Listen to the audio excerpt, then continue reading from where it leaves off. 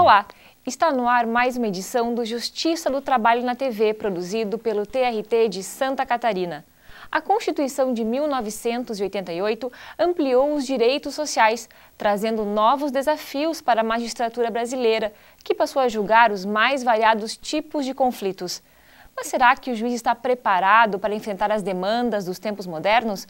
Qual a melhor formação para o magistrado? Para discutir esse assunto, está conosco a juíza de direito Vânia Petermann. Nossa convidada é diretora de assuntos acadêmicos e pedagógicos na Academia Judicial do Tribunal de Justiça Catarinense. Juíza Vânia, seja bem-vinda e obrigada pela presença em nosso programa. Para a senhora, é preciso rever o modelo brasileiro de seleção de juízes. Por quê? Bom, em primeiro lugar, eu quero agradecer o convite para estar aqui hoje com você, tratando de um assunto tão importante que é a magistratura de primeira instância brasileira. Letícia, respondendo a tua pergunta, eu já digo que sim, né? Eu passo realmente por uma reflexão a respeito da revisão do modelo de recrutamento e seleção de magistrados brasileiros. Nós temos no mundo ocidental basicamente dois modelos de ingresso na magistratura. Da tradição common law, que é o sistema profissional, que decorre de longa experiência jurídica, e a legitimação ao ingresso na magistratura se daria como coroamento de uma carreira brilhante. E nós temos, nos países de tradição romano-germânica, né, a figura do juiz funcionário, onde o ingresso na magistratura se dá por concurso público.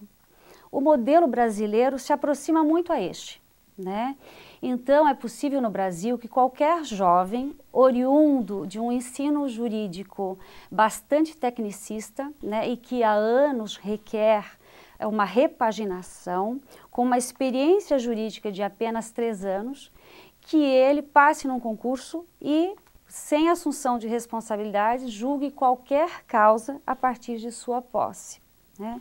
O Brasil, por outro lado, ele vive um momento, né, de positivação de direitos fundamentais, como você bem colocou, em que nós temos dentro da Constituição a necessidade de uma nova hermenêutica, a hermenêutica constitucional, principalmente na interpretação de casos em que vai requerer do magistrado muito mais do que a dita subsunção, que é a aplicação do fato à norma jurídica. E, por outro lado, também, nós estamos diante de uma sociedade globalizada, né, com recursos de informática, facilitação dos transportes, né, onde a vida, né, se judicializa e o sistema legislativo não acompanha mais, né? Então, nesse sentido, requer do magistrado muito mais do que aplicar a lei. E é engraçado que nós continuamos escolhendo juízes com base num método antigo de seleção, quando a nossa necessidade é outra. O perfil não é mais tecnicista. É necessário um juiz que veja para além disso, nos casos em que a dogmática não resolve mais. Bom, e quais as competências, então, e habilidades que o juiz do século XXI precisa ter? Bom, em primeiro lugar, precisamos fazer uma diferenciação entre habilidade e competência, né? A habilidade, ela diz respeito mais no saber fazer, né? A competência, ela já se reverte ao conjunto de possibilidades e esquemas que a pessoa pode desenvolver para resolver determinadas situações, né? Por exemplo, o juiz está no meio de uma audiência ou de um júri importante, né? De um caso midiático, ele tem inúmeros incidentes, então ele precisa resgatar todo o esquema de conhecimentos que ele tem em mente para bem solucionar aquela situação, aquele determinado problema com segurança jurídica às partes. E são inúmeras realmente as habilidades e competências que nós podemos mencionar. Mas eu aqui vou recorrer ao querido ministro Salvo Figueiredo Teixeira, que foi dos precursores da educação judicial no Brasil. E ele diz que não é impossível sonhar com um juiz gentil, educado, cavalheiresco, ético e, acima de tudo, honesto. Então, esse magistrado, ele precisa saber bem se relacionar com as partes, com os advogados, com os servidores, com a sociedade, com a mídia deve procurar o aprimoramento constante, né?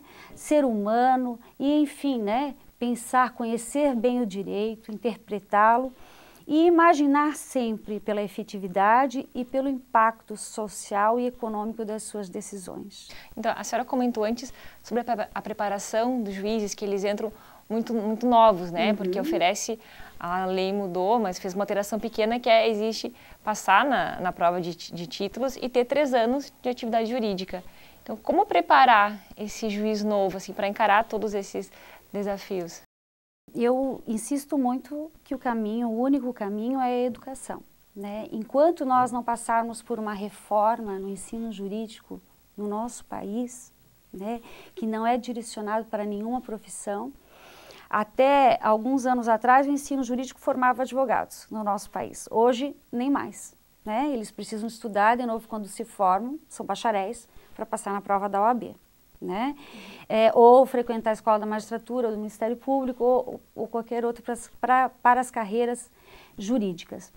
Passando no concurso, nas provas técnicas, eu sustento a necessidade de nós formarmos esses juízes por meio de uma técnica chamada andragogia, né, que foi proposta por um estudioso norte-americano chamado Knowles na década de 70, e ela prima muito mais por estudos de casos simulados, né, casos reais, né, e procura muito mais também atividades práticas para as exigências imediatas, né, da profissão que será desenvolvida, e no caso o magistrado, né, para toda a gama de responsabilidades que ele terá e, acima de tudo, para que ele saia com um comprometimento expresso de que ele deve e ele exerce um papel importante na concretização da justiça e que, na condição humana, ele é perfectível e necessita de um aprimoramento constante, né?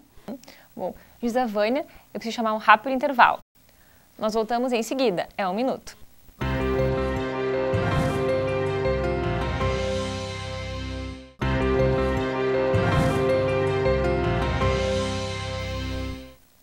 Voltamos para o segundo bloco do programa. Estamos conversando com a juíza de direito Vânia Petermann sobre os desafios da magistratura do século XXI.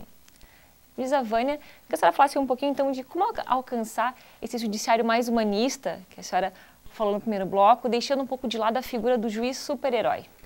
Bom, a pergunta é bastante pertinente no momento em que nós vivemos, né? Em que a sociedade é tão carente, né, de protagonistas, e ela enxerga no judiciário realmente a solução para tudo, né? E por outro lado, o que seria um super-herói, né?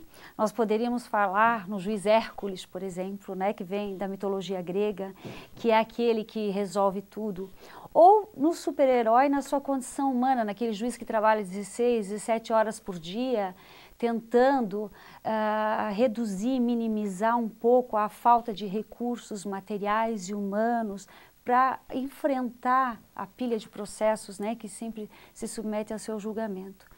Mas não é esse o caminho. Por quê? Porque o juiz herculiano, por exemplo, ele corre o risco de querer fazer justiça com as suas próprias mãos. É né? nesse sentido que eu me refiro do juiz super-herói. Exatamente. Então, ele pode ser ativista, né? E nós estaríamos aí fora do circuito, né, da atividade do juiz e correríamos o risco de pecarmos na segurança jurídica. E a outra questão que eu falei do super-herói, que vai trabalhar um pouco mais, ele vai acabar adoecendo. Também não é essa a intenção, né? Então, como trazer o humanismo para o judiciário como uma solução?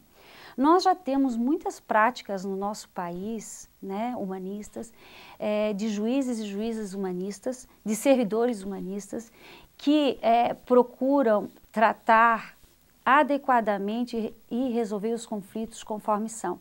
Então, muitos conflitos, eles são possíveis de se resolver pelo diálogo.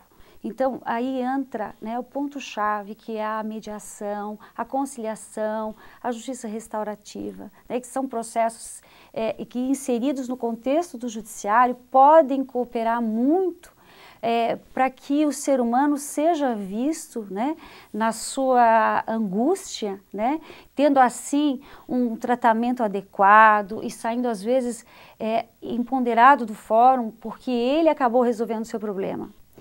E nesse ponto, ainda para fechar a sua pergunta, cabe dizer que a sociedade ela tem ainda um pouco equivocada a ideia para o que serve o juiz. Né? Ela entende que o juiz existe para resolver qualquer conflito. Não. O conflito faz parte da vida em sociedade. E a sociedade, na nova era, desaprendeu a dialogar. Então isso acaba gerando muito mais conflito. Bom, seguindo a linha que a gente vinha conversando, o papel do juiz evoluiu também na sociedade. No Estado liberal clássico, por exemplo, resumia-se ao mero espectador. Na afirmação do filósofo Montesquieu, os juízes nada mais eram do que a boca da lei. Né? Já no Estado social de direito, o juiz ganha uma importância por tornar-se mais comprometido com a justiça social. Então, diante dessa nova realidade, qual a postura do juiz diante das partes? Bom, aí volta de novo a característica humanística do juiz, né? Em alguns casos ele pode ter uma postura mais proativa, né? Por exemplo, na unidade em que eu atuo, e eu já sei que há exemplos ao justo trabalho que advogados me relataram, né? Enquanto eu entro em sala de audiências e busco a conciliação, eu tenho o projeto na ponta da mesa. E esse projeto nós levamos na formação para os futuros juízes de Santa Catarina. Né? Para tentar quebrar um pouquinho a questão da neutralidade do juiz, porque ela existe sim, mas a partir do momento que o juiz entra na sala de audiências e ele fica sentado de uma forma mais elevada, eu não consigo vê-lo como neutro ali para propor um acordo, falando de uma forma técnica, né? Eu vejo o juiz sim se aproximando às partes, falando de uma forma clara, próxima, pontuando a elas, né, as formas de resolver o conflito ou, nos outros casos de mediação, intermediando, né, sempre que possível. Né, trabalhando em prol, então, sempre de uma justiça mais humanizada, mais próxima do cidadão.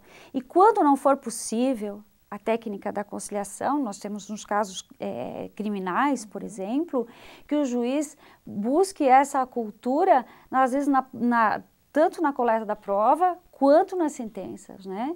Porque as sentenças, elas são, em primeiro lugar, para a sociedade, para ela saber como dever agir.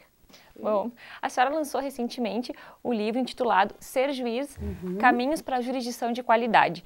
Nele a senhora cita diversos exemplos de recrutamento de magistrados realizados em outros países.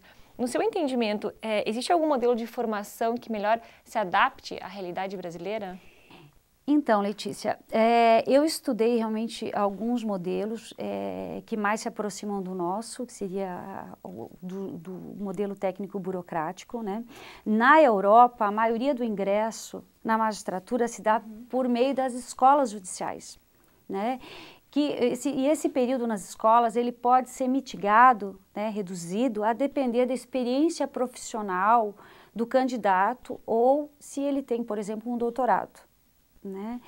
É difícil transplantar de um sistema cultural totalmente distinto para outro modelo.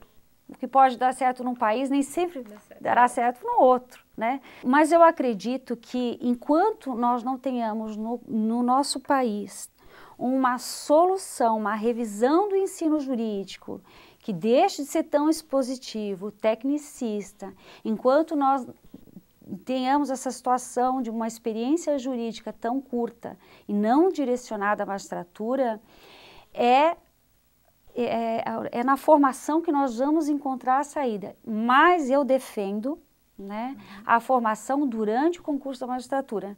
Por quê? Porque eu acredito que depois da posse, na época de vitaliciamento, não é fase de experimentos da sociedade, né? Vamos nos colocar no lugar do cidadão. O cidadão quer receber um magistrado preparado para cumprir o seu papel, para tornar a justiça efetiva, e assim ele deve estar preparado. Vejamos, por exemplo, no nosso caso, na Justiça Estadual, agora a carga horária mínima para o curso de formação inicial foi reduzida a 80 horas. A Academia Judicial do Tribunal de Justiça de Santa Catarina ainda é um dos poucos tribunais no Brasil que mantém a formação inicial como faz do concurso da magistratura em 680 horas aula. Eu digo de tribunais estaduais e não dos trabalhistas, né? Então é um período de 4 meses de convivência exclusiva com práticas desde casos simulados até casos reais, com assunção de responsabilidades progressivas, para que nós possamos entregar esses candidatos, né, após a posse e ainda com uma outra preparação durante o vitaliciamento por mais 2 anos, né? Nesse caso, ele não está atuando diretamente na área, então? Ainda não. As vagas ali estão sempre ser preenchidas. Exatamente. Na magistratura catarinense, a formação é eliminatória e classificatória no concurso. Então, ele vai depender de passar nessa fase para ser empossado e depois entrar no exercício da função. Bom, Juíza Vânia, a gente vai chamar mais um intervalo. Nós voltamos em seguida.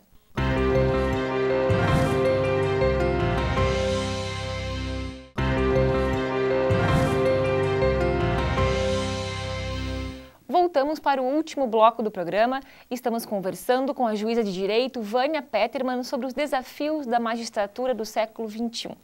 Bom, juíza Vânia, queria resgatar um pouquinho que a gente comentou no bloco anterior sobre a formação dos juízes. Então, Santa Catarina é um dos poucos tribunais que se assemelha, a gente pode dizer assim, ao método francês, que após o ingresso, né, ou melhor, após o candidato ser aprovado no concurso, ele não vai direto para as varas, ele passa por um período de adaptação de 2 anos. Exatamente, Letícia.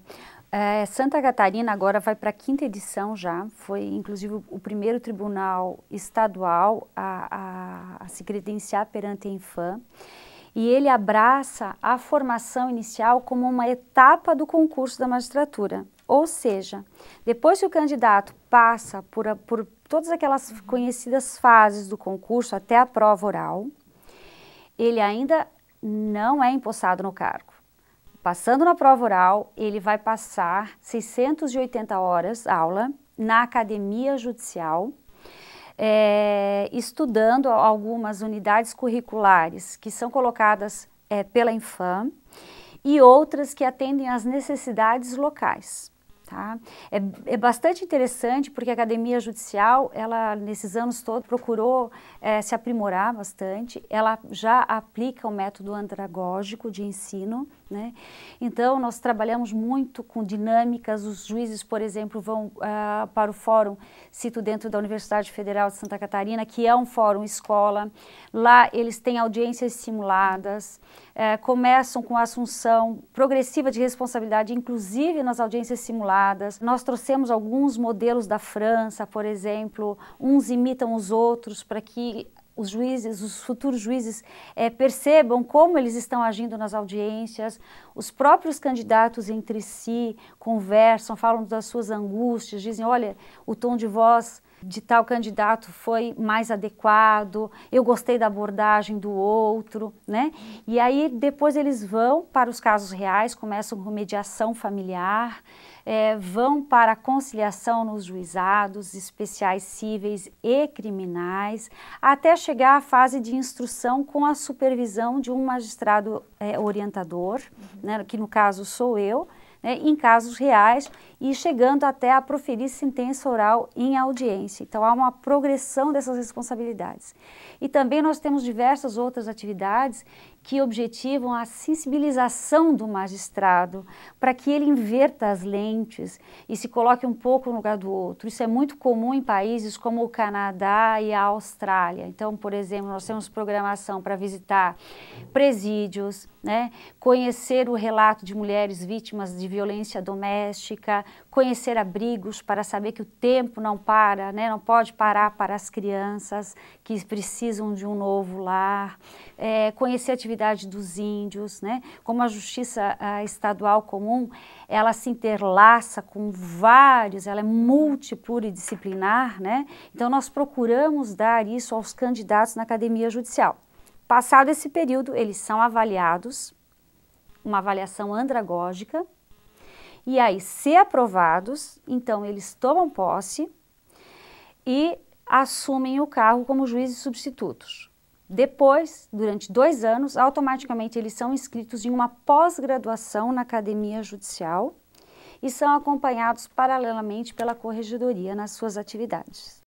Queria que a senhora explicasse um pouquinho essa avaliação andragógica. A avaliação andragógica, ela procura abstrair do candidato no que ele cresceu durante o aprendizado, né? Nós procuramos sempre localizar em cada candidato os seus pontos fortes e os seus pontos fracos. Então, por exemplo, o candidato tem uma dificuldade em oratória. O juiz precisa realizar audiências, fazer júris, né? Ele precisa se impor com autoridade sem autoritarismo. Então, nós vamos trabalhar a oratória. Ou o candidato precisa se relacionar bem com a imprensa. Então, nós vamos dar o curso de Media Training para esse candidato. O grau de evolução dele é que vai interessar. Nós não temos interesse em reprovar, mas sim em aprimorar as competências que ele já demonstrou ter na prova técnica, né? Levando-as justamente para esses desafios maiores que a nossa sociedade moderna requer. E a senhora acredita que é possível se falar num perfil da magistratura, que se busca aí um perfil ideal, que ele tenha, esse novo magistrado, determinadas competências e habilidades? Falar em perfil de magistratura, né, em padronização, não cabe numa sociedade como a nossa, né, tão pluralista. Nós precisamos ter, sim, algum procedimento padronizado, por exemplo, de gerenciamento de unidades, de atendimento ao público, ouvidorias e tudo mais. Agora, no perfil do magistrado em si, não. Bom, queria que a senhora falasse agora um pouquinho, então, sobre a questão da crise no judiciário, que já se virou senso comum falar nela. Na sua visão, o que exatamente é essa crise? Quando nós falamos, Letícia, em crise do poder judiciário, né, eu costumo utilizar um autor chamado Zaffaroni, que explica que é o distanciamento latente das funções do Poder Judiciário. Isso acontece porque, com a Constituição de 88, nós tivemos a positivação de inúmeros diversos direitos fundamentais que objetivam a dignidade da pessoa humana. O Estado não conseguiu cumprir essas promessas, né? E, a par disso, nós tivemos também o aumento do acesso à justiça, né? Mediante a gratuidade da justiça, a defensoria, os juizados especiais, né?